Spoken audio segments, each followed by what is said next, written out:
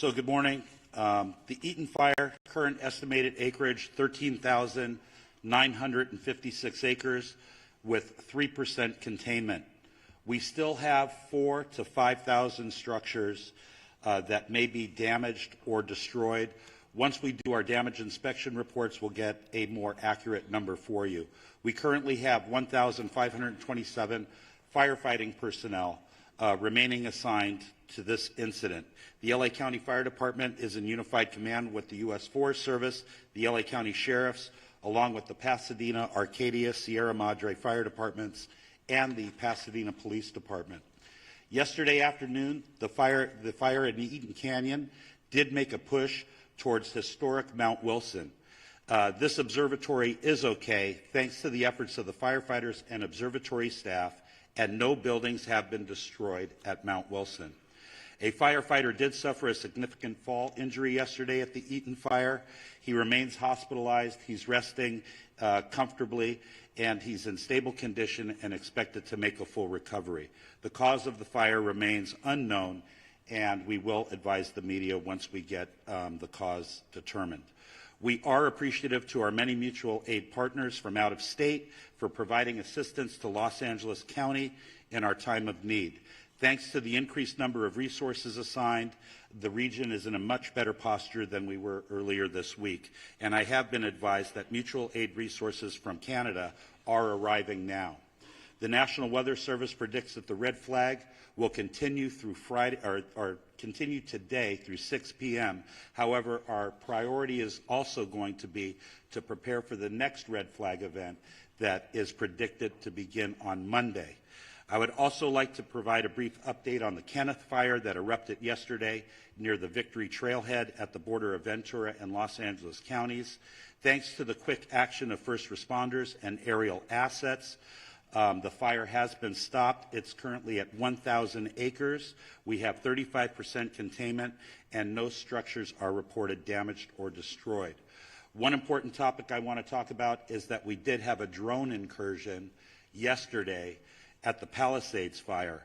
Unknown exactly what time this small drone hit the wing of our CL-415 Super Scooper aircraft that we currently have on contract from the province of Quebec.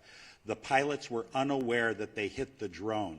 It wasn't until they landed at Van Nuys Airport that the maintenance staff noticed that there was a fist-sized hole in the leading edge of the wing inboard of the landing light. That Super Scooper will be prioritized for repair 24/7. It should be flying Monday. We only have 2 of them. Everyone should know, all of your viewers, flying a drone in the fire traffic area is not only dangerous, but it's illegal. We do have our federal partners behind the scenes are going to be implementing procedures to be able to follow drones in our 2 large fire areas, and they will be able to identify who the operator of that drone is. The most important thing to know is that if you fly a drone at one of these brush fires, all aerial operations will be shut down.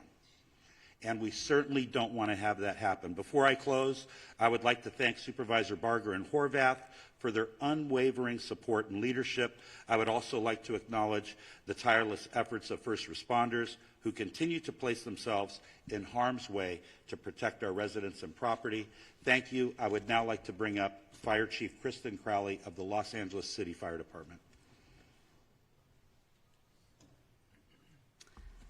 Thank you, Chief Maroney. So I'll just be providing a brief update of the overnight operations of our fires. So Palisades fires. This fire was currently tracked at 20,438 acres with 3,073 personnel assigned. Crews worked very, very hard overnight, strengthening our containment lines and addressing multiple spot fires in and around the Topanga Canyon area. Resources responded to the area included our air assets to aid in the containment efforts. Due to the favorable overnight weather conditions and the diligent, and I'll focus on the diligent work and effort and commitment of our first responders, we can report that the Palisades fire is now 8% contained. Wind gusts are expected to increase in daylight hours that will test our containment lines. Our firefighters will continue to respond to any flare-ups and increase our containment lines. Evacuation orders remain in place. The Hearst fire, due to more accurate mapping and acreage, has been updated to 771 acres with 37% containment. All evacuation orders and warnings have been lifted. The Kenneth fire, forward progress has been stopped with 35% containment at 1,000 acres. All evacuation orders and warnings within Los Angeles City have been lifted. I personally want to make sure that we thank and show our deepest gratitude to all of our Los Angeles City firefighters and all of our partners as we've been battling these fires for now. We're going into day 4. Thank you to LAPD for assisting us in keeping our communities safe. And lastly, thank you to all of the agencies who have come to aid during this time of help, and it absolutely does not go unnoticed. Thank you. Yeah, now Sheriff Robert Luna. Thank you, Sheriff. Good morning to everybody. This morning we have well over 500 LA County deputies that are assisting continuous with evacuations, traffic control, security patrols, and other humanitarian efforts. They're out there. I hear people calling me. They see a lot of black and white police cars rolling with lights and siren. They're out there working. That's what they're doing. They've been actively patrolling evacuated areas and are increasing their presence to deter any burglary or looting activity that may occur. Just to summarize on evacuations for all the fires that we're dealing with, evacuations orders stand at approximately 153,000 residents that are under evacuation orders and approximately 57,830 structures at risk, and then evacuation warnings, approximately 166,800 residents under both warnings, or I'm sorry, those are just specifically for warnings. What I want to go to next, and we started talking about this last night, is a curfew. A curfew order has been established for the Palisades and Eaton fire areas in all mandatory evacuation zones. That will be in effect. It was in effect last night, and it's going to be in effect tonight at 6 p.m. So it ended at 6 a.m. this morning, will take effect again until 6 p.m. I'm emphasizing that to our media partners because part of this is communicating to the public. You cannot be in these affected areas. If you are subject to arrest. That is important. We're not doing this to inconvenience anybody. We're doing it to protect the structures, the houses that people have left because we ordered them to leave, and I want them to feel confident that we are doing everything we can to secure that. This curfew will be strictly enforced and is being taken to enhance public safety, protect property, and prevent any burglaries or looting in the area that the residents have evacuated. The only people that will be allowed in these areas are disaster workers, okay? I just want to make that clear because we have other people trying to get in there. And by the way, media partners who have legitimate media credentials, yes, you may enter those areas unless it's very, very unsafe and somebody tells you not to for that reason. Again, just specifically, anyone found in violation of this curfew will be subject to arrest for a misdemeanor offense under LA County Code Section 2.68320, and conviction may result in a fine up to $1,000 or jail time. And I'm telling you right now, I know people talk about no bail, and I've given direction that if somebody's caught doing this, they are not going to get cited and released. They're going to get booked. We are not screwing around with this. We don't want anyone taking advantage of our residents that have already been victimized. The National Guard deployment. As many of you are aware, we asked for the National Guard. I'm very thankful to Governor Newsom and the State Office of Emergency Services that fulfilled that request. As of last night, we've had National Guardsmen assisting us. They arrived last night and deployed to the Eaton fire area, and were assisting with road closures and critical infrastructure protection. As additional guard personnel arrive, and they will be in the next 12 to 24 hours, the Sheriff's Department will strategically coordinate their deployment with other partners such as the Los Angeles Police Department, Pasadena Police Department, Santa Monica Police Department, Azusa, and Arcadia. Those are the requests we have now. That may grow. We'll adjust as time goes on. I want to make sure that if anybody needs updated information on either evacuation orders or warnings or road closures, they go to lacounty.gov/emergency. And with that, I am going to be introducing Assistant Chief Dominic Choi from the Los Angeles Police Department. All right. Good morning. On behalf of the Los Angeles Police Department, I just want to extend our deepest sympathies to all those affected by our fires, and that includes many of our own LAPD officers who've lost homes and property in this fire, and they continue to serve these communities, and I appreciate all their work. I have a number of important updates for all of you today, and I'm going to start by an arrest that was made late yesterday afternoon. So yesterday afternoon, the Kenneth Fire started at the border of West Hills in the city of Los Angeles and Ventura County. At 4:32 p.m., we received a 911 call that a suspect was attempting to light a fire in the community of Woodland Hills and was being detained by residents. Officers from LAPD's Topanga area responded and took that suspect into custody. And once we learned that this suspect was a possible arson suspect, our Major Crimes Division responded to Topanga Division along with Ventura County sheriffs, who was a lead in the Kenneth Fire investigation. But they responded, they interviewed this suspect.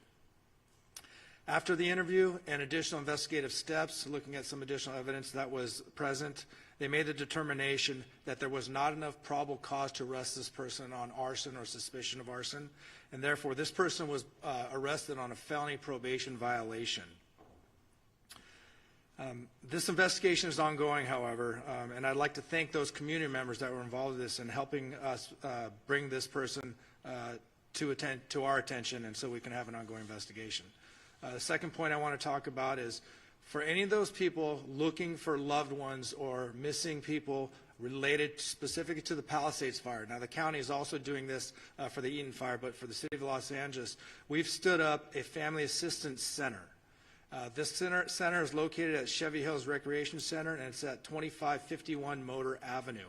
It's going to be open today from 10 a.m. to 6 p.m. and tomorrow from 9 a.m. to 5 p.m. We will have 10 officers there ready to receive anyone who needs to report a missing person related to the Palisades fire. We will also have the American Red Cross, the Mayor's Crisis Response Team, the LA County Medical Examiner's Office, and the LA County Department of Mental Health. They will be there to help support, answer questions, and provide information as necessary. Again, I just want to emphasize this is for missing people related to Palisades fire. This is not for any other issues related to the fire. LAPD and our law enforcement partners are actively maintaining law and order in the areas impacted by the fires. We're patrolling these areas to deter criminal activity and to continue to ensure public safety. Today, we're deploying 210 officers in these impacted areas. This deployment includes our partners from LA Port PD and LAWA PD, and I'm thankful for their support. Again, protecting our homes, businesses in evacuated and vulnerable zones are our priority, and we will continue to ensure that no one takes advantage of these situations. You've heard this message before, but I'm going to say it again because it's so important and so critical. Looting has zero tolerance. Looting or exploiting in the disaster areas will not be tolerated. Anybody caught looting or committing crimes in the affected areas will be arrested and prosecuted to the fullest extent of the law. We'll remain vigilant and patrol these areas and ensure that we can mitigate any activity like this. And again, if you haven't already done so, you will start seeing in the city of Los Angeles the National Guard being deployed at the Palisades fire. Their role is going to be traffic control, managing roadways to ensure access to affected areas is restricted to authorized personnel only.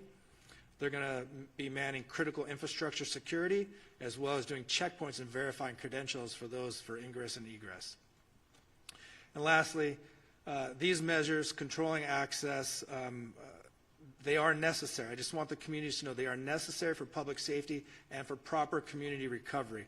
They are inconvenience, but it's something that we have to do.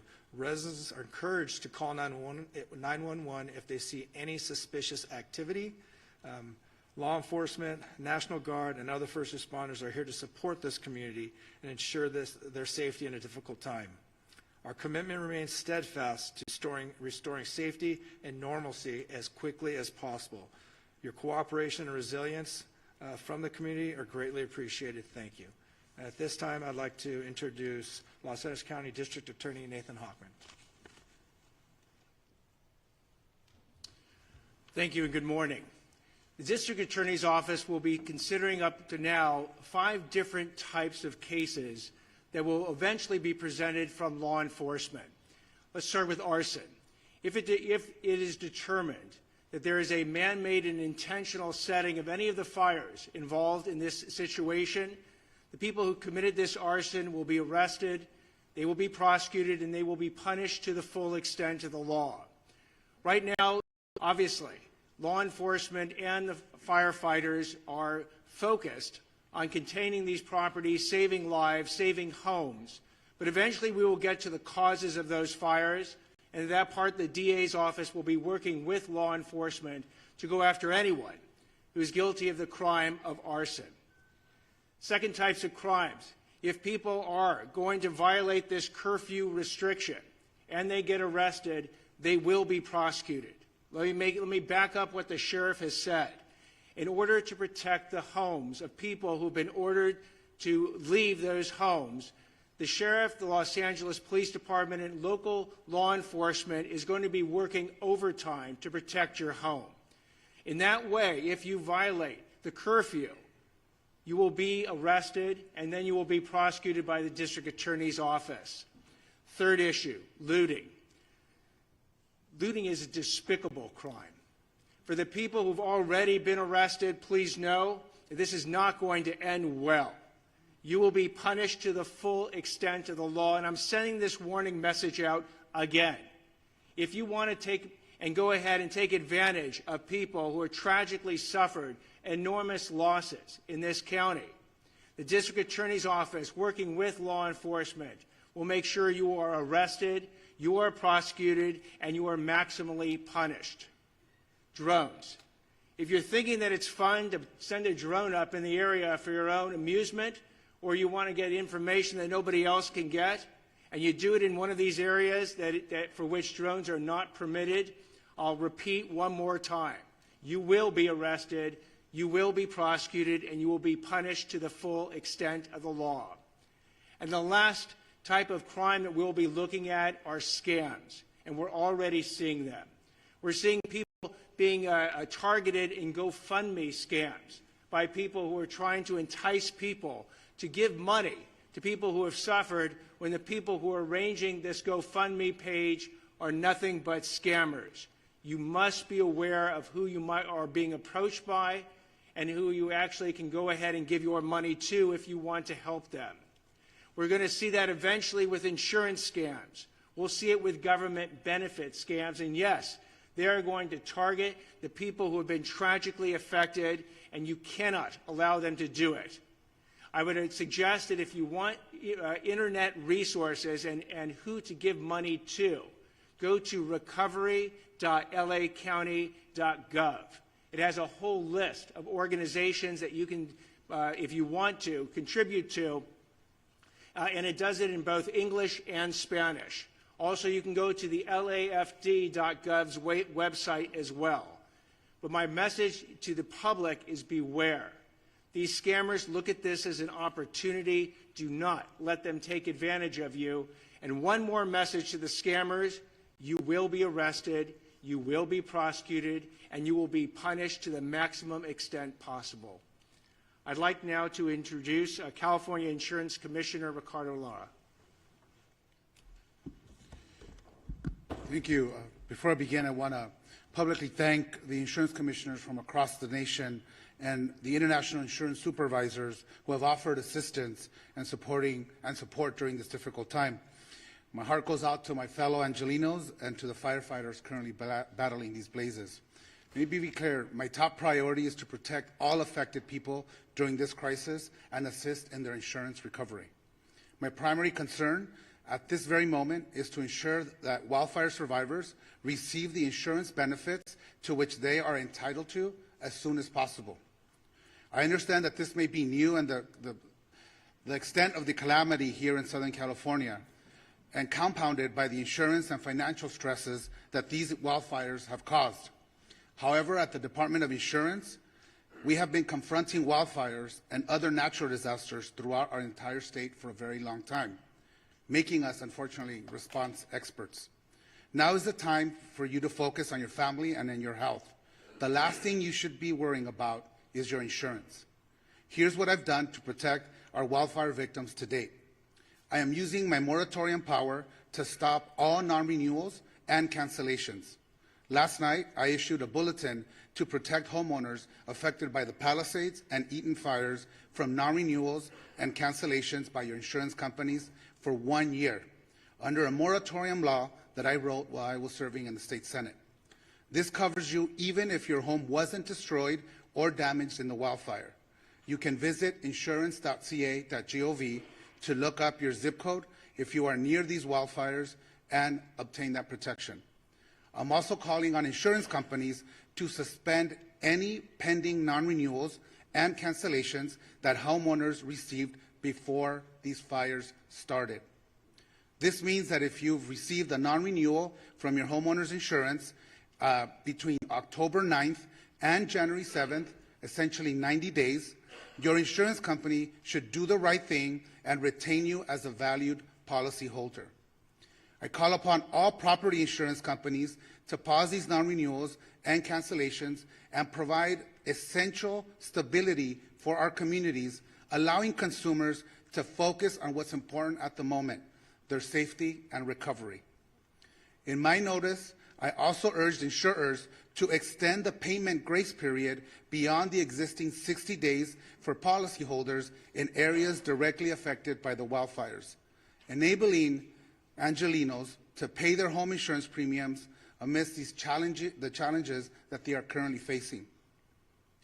And if your policy was not renewed, or if you don't have coverage, please call us at 1-800-927-4357. We can help you find additional solutions.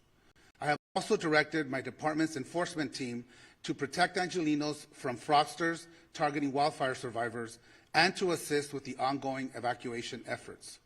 My department has moved quickly to host an insurance support workshop on January 18th and 19th at Santa Monica College, followed by another event the following weekend at Pasadena City College. We will have experts from our staff and representatives from insurance companies available so homeowners can obtain answers and take the action they need in one convenient location. Again, call us at 1-800-927-4357 to schedule a one-on-one appointment with our experts. Related to health, I've issued an additional notice to all California health insurers directing them to submit emergency plans to my department. These plans must detail how they're going to ensure that consumers can continue to access essential medical care and obtain their medications in the wake of these disasters. I've been in constant communication with our county leaders, governor, the legislative leaders, and our congressional delegation to identify best ways to expedite our recovery, reduce wildfire risk, and build a more climate resilient state and communities. Making homes and communities safer from wildfires needs to be a top priority for our state. Looking forward, I'm going to ask the governor and the state legislature to support also to provide consumers with home hardening grants. We need to put money in people's hands. This measure is critical to protecting homes and improving long-term resilience against wildfire risk. We are also going to be introducing legislation to include businesses in our moratorium law. Businesses are an important consumer of insurance and the financial backbone of many communities, and they also need this vital protection. Newly enacted insurance reforms are now in effect to make insurance rates more stable and predictable. My sustainable insurance strategy mandates that insurance companies expand and maintain coverage in high wildfire areas if they are going to use forward-looking catastrophic models and incorporate the reinsurance cost in the rate making, which my department just finalized in December. Why is this important for our residents? It ensures that Californians in wildfire-prone areas retain access to insurance and brings competition back into the market and ultimately lowering the cost. Without these measures, insurance companies may continue non-renewals, leaving communities at greater risk of underinsurance and total loss of coverage. Even with these devastating wildfires, I want to be clear, I am confident that these reforms will keep us on track to modernizing our insurance market, encourage insurers to return and expand in California, and protect the solvency of our market. We remain the largest insurance market in the nation, fourth in the world. Our goal is to ensure they remain financially solvent and can honor the claim that will stabilize our insurance market in the long run. Now, let me just quickly address issues surrounding the insurer of last resort, which we call the FAIR Plan. It has become clear that reforms are necessary as the coverage maximums have not changed in 30 years. I recognize that for some Californians, the coverage limits, even the ones that we've already implemented, are still very low. Under my strategy, we have also ensured the creation of a stronger, more sustainable FAIR Plan with the long-term financial strategy to withstand the challenging fires we are experiencing today. Let me be clear, once the fires are brought under control, we will get data directly from the insurance industry and the FAIR Plan about claims filed, as we have that we have on all the other fires that may or may not happen. We are focused on maintaining the FAIR Plan's financial health while getting people back to the regular market where they belong. In closing, our actions are focused on ensuring that the insurance companies meet their commitments to the consumers, that Californians are protected, not just in this crisis, but beyond. We are here to help. Please call us. We speak multiple languages in whatever language you feel comfortable. Insurance can be complicated. We are here to help you decipher your policy and help you understand what your rights are as consumers. Please call us at 1-800-927-4357, or you can use our live chat feature on our website at insurance.ca.gov. Together, we will get through this, I can assure you, and thank you. LA County Assessor Jeff Prang.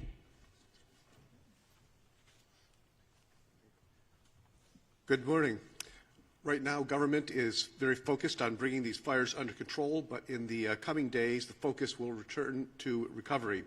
Initial reports suggest that 10,000 properties have been damaged or destroyed, with hundreds more likely to be discovered in the coming days.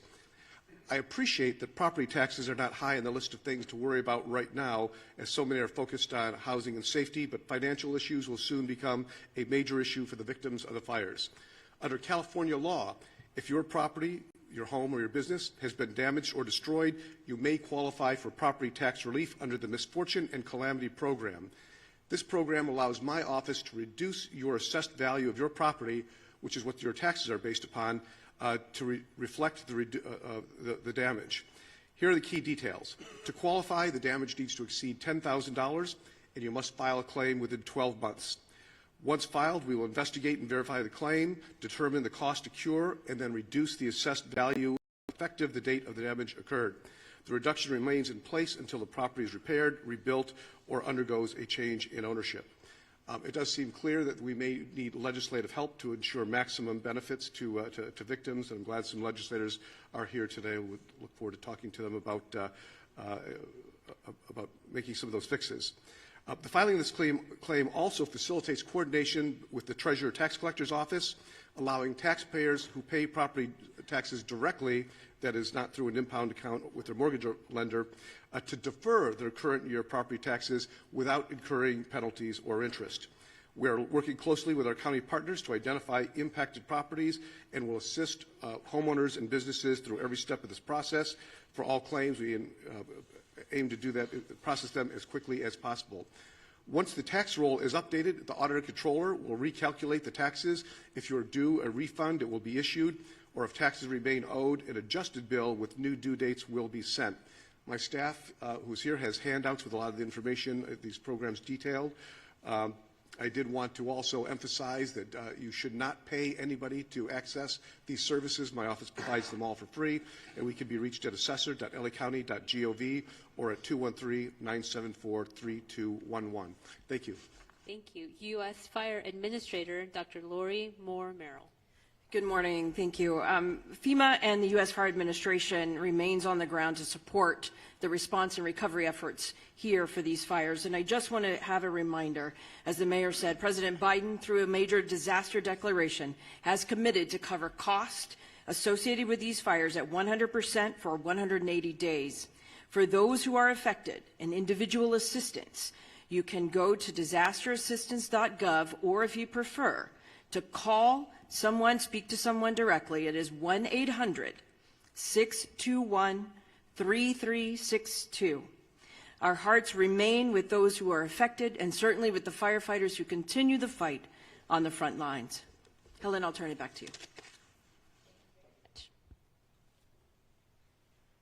Closing remarks by Chair Barker. Thank you.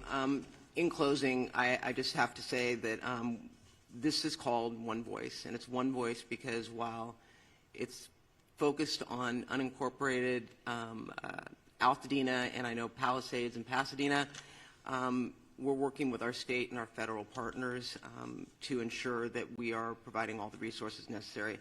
So I want to acknowledge people that are here today. Supervisor Holly Mitchell, our colleague who's here to support us. Pasadena Mayor Victor Gordo. Santa Monica Mayor Lana Negrete. Assembly Member Jess Gabriel, and Assembly Member Jessica Caloza, who are here. Did I miss anybody? I think that's... So, again, I want to thank you all, and with that, we're going to take maybe one question, because I know we've got to run out to Altadena, but go ahead. Okay, why don't we go? Can we just, Supervisor, I'm so sorry, we'll just get a couple over here. 2 or 3. We'll do, by the way, we will do one-on-one interviews afterwards, okay? I will help you get the information you need. Go ahead. Thank you. My question is for Mayor Bass. Jonathan Migliai with CBS News. Yesterday, you asked for the public's patience as you assess the response. As you well know, then millions of people receive false alarms. It's been acknowledged here in this room that many may now be deactivating their alerts on their phones. I have heard from many people who are ignoring them altogether. We have red flag warnings still in effect. They will resume again next week. There is no rain in the forecast. What are you doing at this point to earn back people's trust and to make sure these mistakes don't happen again? Well, first of all, I think that was addressed at the beginning of the press conference by Kevin McGowan. I would like that from you. I don't. You're the top official here. So let me just be clear. I am going to spend every moment that I can making sure that I am in as many areas as possible, meeting and talking to residents to see what is needed in the recovery. But I also mentioned that we're moving into recovery mode at the same time, meaning that we want to see the city rebuilt. We want to see Los Angeles come together. Let me finish. We want to see Los Angeles come together. You are deflecting from the question. You have millions of people here who get these alerts. They are ignoring them. You still have red flag warnings in effect. There is a real threat here. What is your message to your constituents who are losing faith? You started this entire... I want the residents of Los Angeles region to have faith in what we are doing 24 hours a day. I can say on behalf of our first responders from the fire department, the police department, we are doing everything we can to bring the situation under control, and success has been reported. We know that we're going to have a possible increase in the force of the winds at the beginning of next week, and getting Los Angeles prepared, doing everything we can to save lives. That is our #1 job, to protect people's homes, to protect people's businesses, and to prepare to rebuild Los Angeles in a much better way. We're going to stand united, we're going to stand together, and we are not going to allow politics to interfere, and we're not going to allow people to divide us for political gain. Thank you. Thank you, Mayor Bass. One over here. Bob DeCastro from Good Day LA, Fox 11. Just to follow up on that, because even after yesterday that errant message was sent out to Los Angeles County's some 10 million people, overnight people were still receiving many messages, and we were even fielding calls from our own newsroom from people as far as San Bernardino that were receiving calls. You have no idea why people are getting these alerts and being startled in the middle of the night when they're already on edge in the Inland Empire. Why has that happened? You have no idea. And you also ask that people verify and get onto a website. Not everybody has the ability to jump on a website when they're panicked to try and figure out whether or not this is an actual alert. Thank you, and I appreciate the thoughts you're sharing and the question. I would take a second to explain how the alert system works. There's an interface, and you activate that interface with what type of an alert you're going to send, an evacuation order, an evacuation warning, and you identify a geographical area. After you initiate that message package is sent into what is the Integrated Public and Alert Warning System aggregator. That then transitions, I'll call it for lack of better terms, into a cloud that connects with all of our cell service providers. The root cause analysis is trying to establish where along that sequence there is an error going on. And in addition to that, it is important to understand that the cellular phone towers have different reach in how they're activating the message to the cell phone. And so it's a common phenomenon that there's a term called bleed over, where a cell phone that may be in a different jurisdiction or a different area is receiving that message from a cellular tower that may be geographically in a different space. So right now our number one priority is to establish how we can work with in coordination with our federal and state partners, how we can stop the messages that are going out right now that are not being initiated by a human action, to stop that, and then understand how that occurred so that the tool can still be used for what was identified as like a critical fire weather that we're still in experiencing and will continue to experience. So can I just follow up on that? The bottom line is we are going to drill down, because I too got the alert. I got 2 alerts, and then I got an alert telling me to disregard the alerts. And, you know, as someone who has communities that are on edge, that are lined up, and I'm sure Mayor Gordo has the same situation going on as well. They're on pins and needles thinking that they're next. So we're drilling down right now, and the way it's described to me is there are towers that are now powering up, and it's up in this cloud. It's kind of like when you send an email and it goes into draft, and then once you hit internet, it gets sent. Similar, but my question is, why can't we turn it off?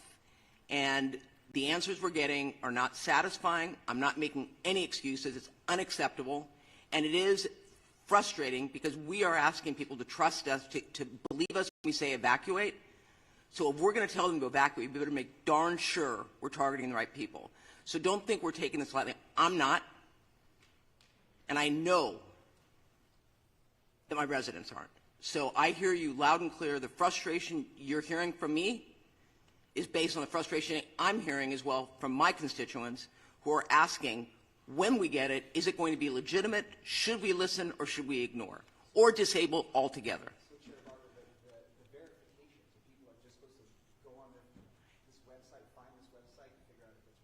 I think that's absolutely ridiculous, and I told Kevin McGowan that. To tell people to go on a website when they may not have access to an internet is absolutely absurd, and that is, quite frankly, not something that I am recommending. Obviously, for those who want to find out where the evacuation centers are, or the evacuation locations are, they can go on there, and it is an accurate map. But I'm not going to tell people, if you get the alert, go on and check. I think that we need to fix this problem so that, in fact, when an alert goes out, it is a legitimate alert that people can listen to. So I hear you. I hear that criticism. I personally, when I heard it, didn't feel that I was going to tell people, well, if you get it, just go on a website. They can, but that's not going to satisfy the frustration that people have. So I just want to make it clear to you. Thank you, Chair Barger. We are at time. We're over time. Thank you. We will do one-on-ones. If you need assistance, please come see me or a member of the team. Thank you, speakers, again. Thank you all for attending.